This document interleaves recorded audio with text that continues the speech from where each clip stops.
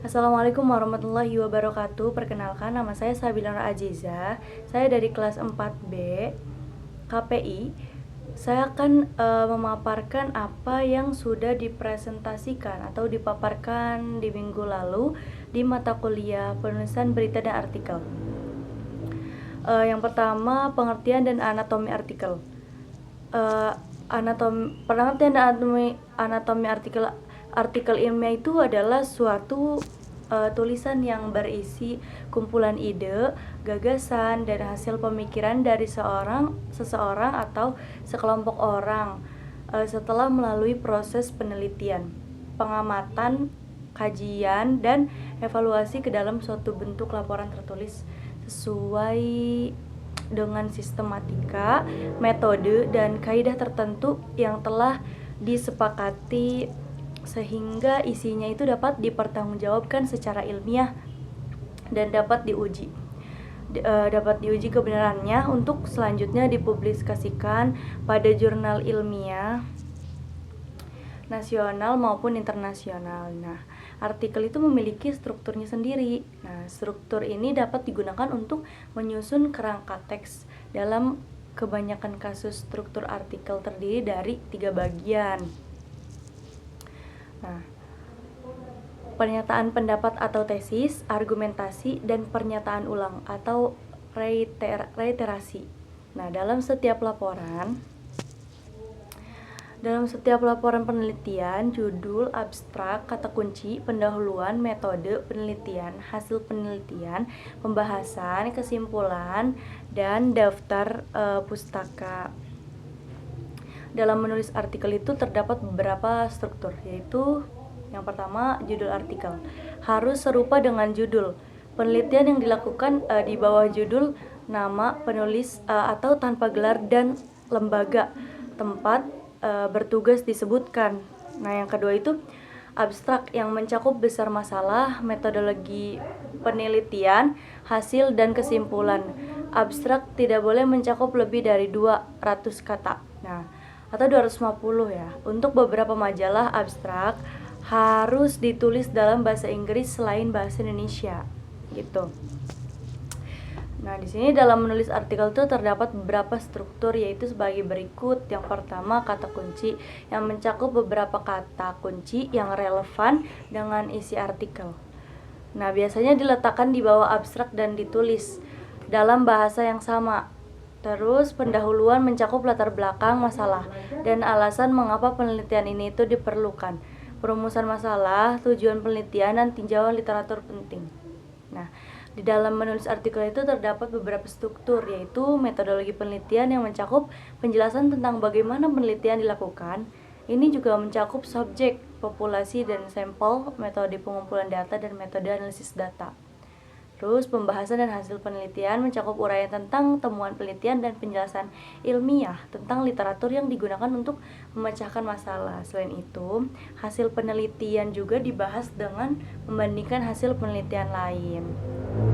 Pengertian dan anatomi berita dalam Kamus Besar Bahasa Indonesia. Nih, berita adalah cerita atau keterangan mengenai kejadian atau peristiwa yang hangat, kabar, laporan, pemberitahuan, dan pengumuman. Ya, menurut Jani Yosef, berita adalah laporan terkini tentang fakta atau pendapat yang penting atau menarik bagi halayak dan disebarluaskan melalui media massa.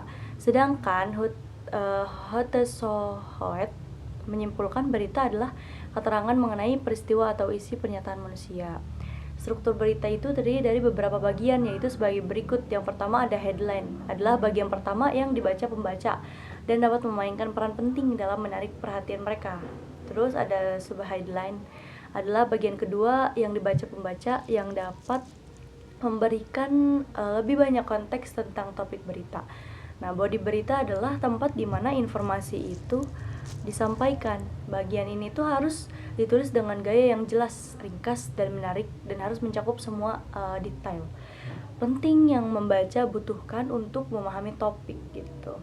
Nah, conclusion adalah bagian terakhir dari artikel atau berita dan dapat membantu menarik pembaca dengan memberikan ringkasan poin-poin utama atau memberikan pemikiran akhir. Nah, sini ada riset. Riset adalah suatu proses sistematis untuk mengumpulkan, menganalisis, dan menginterpretasikan data guna menjawab pertanyaan atau memecahkan masalah tertentu. Ya, jadi penelitian atau riset dapat diklasifikasikan menjadi beberapa macam, yaitu survei, eksperimen, mix penelitian, kuanti dan kuali penulisan. Penulisan artikel memerlukan pendekatan sistematis dan metodologis. Struktur umum yang digunakan adalah format IMRAD, Introduction, Method, Result, and Discussion, yang mencakup judul, abstrak, pendahuluan, metode, pembahasan, hasil, kesimpulan, daftar pusaka. Penulisan berita mengikuti prinsip jurnalistik yang ketat untuk memastikan akurasi dan objektivitas. Nah, tahapan utama meliputi pengumpulan informasi, penerapan unsur 5W1H, struktur piramida terbalik, penyuntingan. Dalam Kamus Besar Bahasa Indonesia KBBI, kata dasar sunting melahirkan bentuk turunan menyunting kata kerja atau verbal, penyunting kata nomina. Dari beberapa turunan tersebut, makna yang utama dalam proses pembuatan berita dan artikel yaitu menyiapkan naskah atau tulisan yang sudah dibuat untuk siap cetak atau siap terbit dengan memperhatikan sistematika penyajian, isi dan bahasa, menyangkut ejaan, diksi, serta struktur kalimat. Nah, menurut panduan etika akademik, terdapat beberapa hal penting nih yang harus diperhatikan. Nah, yang pertama itu, artikel hasil penelitian wajib dipublikasikan hanya sekali, baik melalui media cetak maupun digital, dan harus menghindari publikasi ganda kecuali jika ada alasan khusus seperti keamanan atau kerahasiaan. Jika penelitian itu didanai oleh pihak ketiga, maka sumber pendanaan perlu dicantumkan secara jelas, kecuali jika pihak itu penyandang dana menolak disebutkan. Nah, penulis dituntut menghasilkan karya yang original, bukan hasil menjiplak atau plagiarisme, serta harus mampu menjaga akurasi dan kebermanfaatan informasi yang disampaikan. Nah, etika dalam jurnalistik ini bertujuan untuk menjaga kepercayaan publik terhadap media. Hal penting dalam etika penulisan berita ini antara lain berbasis fakta. Setiap berita itu yang disampaikan harus berasal dari fakta nyata dan bisa diverifikasi. Berimbang atau cover both sides.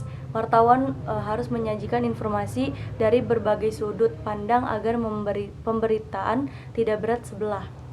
Nah, struktur penulisan dalam menulis berita harus memenuhi unsur 5W1H, what, who, when, where, why, and how, dan menggunakan pendekatan piramida terbalik agar informasi utama itu disampaikan di awal.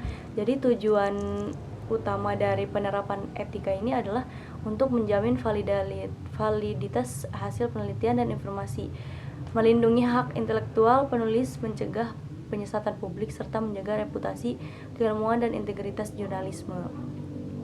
Keterlibatan pembaca atau reader engagement adalah indikator penting dalam menilai efektivitas artikel di media massa digital. Tak hanya jumlah klik, keberhasilan konten juga ditentukan oleh kemampuan membangkitkan emosi, respon aktif, dan interaksi pembaca. Nah, faktor-faktor penentu keterlibatan meliputi struktur tulisan yang menarik, topik yang relevan, kepercayaan pada media dan penulis, serta elemen interaktif dan visual. Penyajian yang etis itu pemanfaat algoritma, serta kecepatan publikasi juga berperan penting. Keterlibatan pembaca adalah hasil strategi redaksional yang terencana dan pemahaman mendalam terhadap audiens serta teknologi. Nah, mungkin itu saja yang bisa saya sampaikan. Kurang lebihnya saya mohon maaf. Wassalamualaikum warahmatullahi wabarakatuh.